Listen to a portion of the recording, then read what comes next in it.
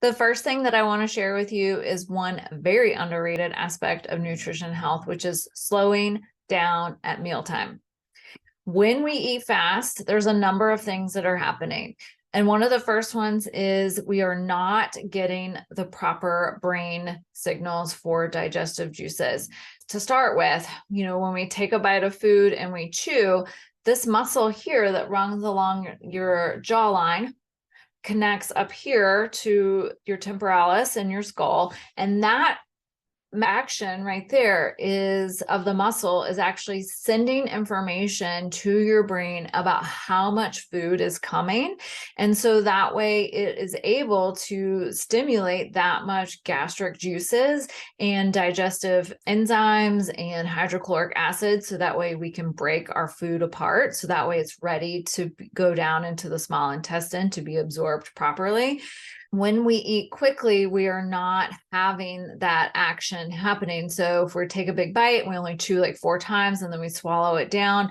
That food is not really broken up, one, very well. And two, it's not giving our brain all the information that it needs about the food and how much is coming. And we also need that support of the mechanical digestion, which is chewing, to break it up into small enough bits so that the digestive juices that we have taken the time to prepare and get into our stomach is there to able to really break it down. They're a little bit more hard and they need all that enzymatic activity inside of our stomach. So if we haven't taken the time to chew properly, that mechanical digestion has not been as assisted for ready for chemical digestion.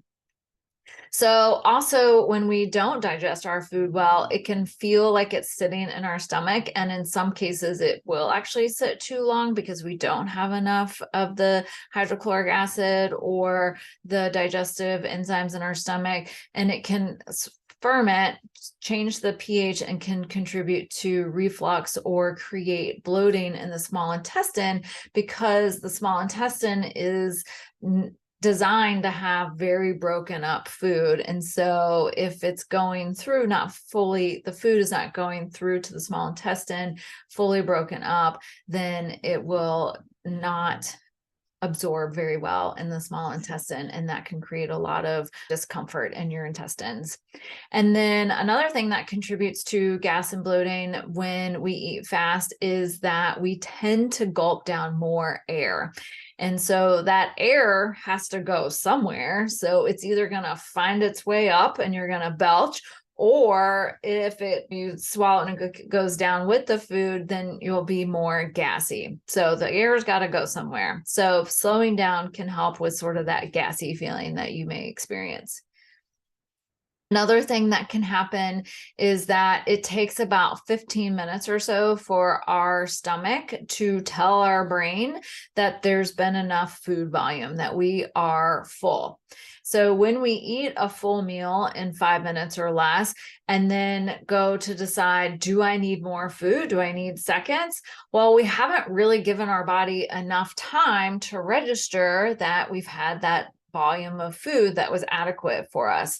So like an example would be whenever we have to eat quickly for lunch, or we're on the run for dinner between family activities or going from this to that. If we eat very quickly, particularly if it's a large portion size that may come from takeout or from a restaurant, we will eat quickly enough and then not realize that we have had enough, and because of how fast we ate. Like maybe we didn't need to finish everything that was on our plate, or maybe that we didn't need to go back for seconds. And so these things do take time. So we need that time to chew, and we need that time for our stomach to tell our brain, hey, we've got enough volume of food at this time. Eating fast is also a stress signal. So, meaning that our body is not getting the signal that it is safe to rest and digest. So, back when we were hunter and gatherers, whenever we were not in danger, we would take our time to rest and digest our food and absorb everything that we were eating. But if we were in danger, then blood leaves the stomach area or the digestive tract area and goes to our limbs because we are going to need to fight or flee. And so our brain has not really caught up with the fact that our stress related to getting our emails all caught up and making phone calls and getting this errand done and that errand done is not a life or death situation. And so if we are eating fast and in between things, that we are not sending the proper signals to our brain that it is time to safely rest and digest our food properly. So those are just a few ways that eating fast can impair our digestion and contribute to overeating. So now let's talk about a few ways that you can start to eat slower. So if you are eating in, say, 5 minutes or 10 minutes, a whole meal, I want you to start increasing that time spent at a meal. It can feel really awkward at first, but I promise you that you will feel better. You'll feel less full, or you will feel less gassy, or you'll feel less bloated. So over time, you will start to get used to it. And so if you're at 5 or 10 minutes, just stretch it by a couple minutes. And really, if you can get to 15, 20 minutes, like that is like a big difference for your body. And one of the easiest ways I personally think to slow down at mealtime is putting the fork down between bites, because that will slow down how fast you can go from chewing and swallowing to getting something back into your mouth. So if you put the fork down or put the item down, then it sort of cues you to chew a little bit more, to slow down, and then get the next bite ready. And then I know you've heard this one a million times, but I'm going to tell you again, don't eat while you're distracted with a screen, whether that be a TV, a computer, or your phone. If you have to have entertainment while you're eating, put on an audiobook, a podcast, or music. You could even call a friend or a family member and have a conversation with somebody, like just like you might do whenever you go out to eat.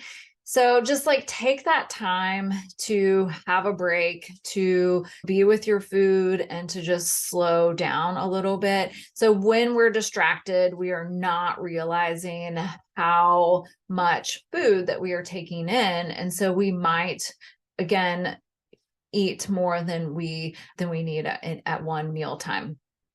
So I particularly find that eating lunchtime without my phone, looking at Instagram or checking my emails in between clients is really such a beautiful time for me, because I can let my brain just sort of ooze out of my head and decompress for those 15 minutes. So that way I have enough brain energy to continue on for the rest of the day. Those emails will be there ready for you as soon as you get back. Because I'm not asking for a full hour-long lunch. Just take the 15 minutes to really spend with your meal, and then spend the rest of your lunch break however you want to.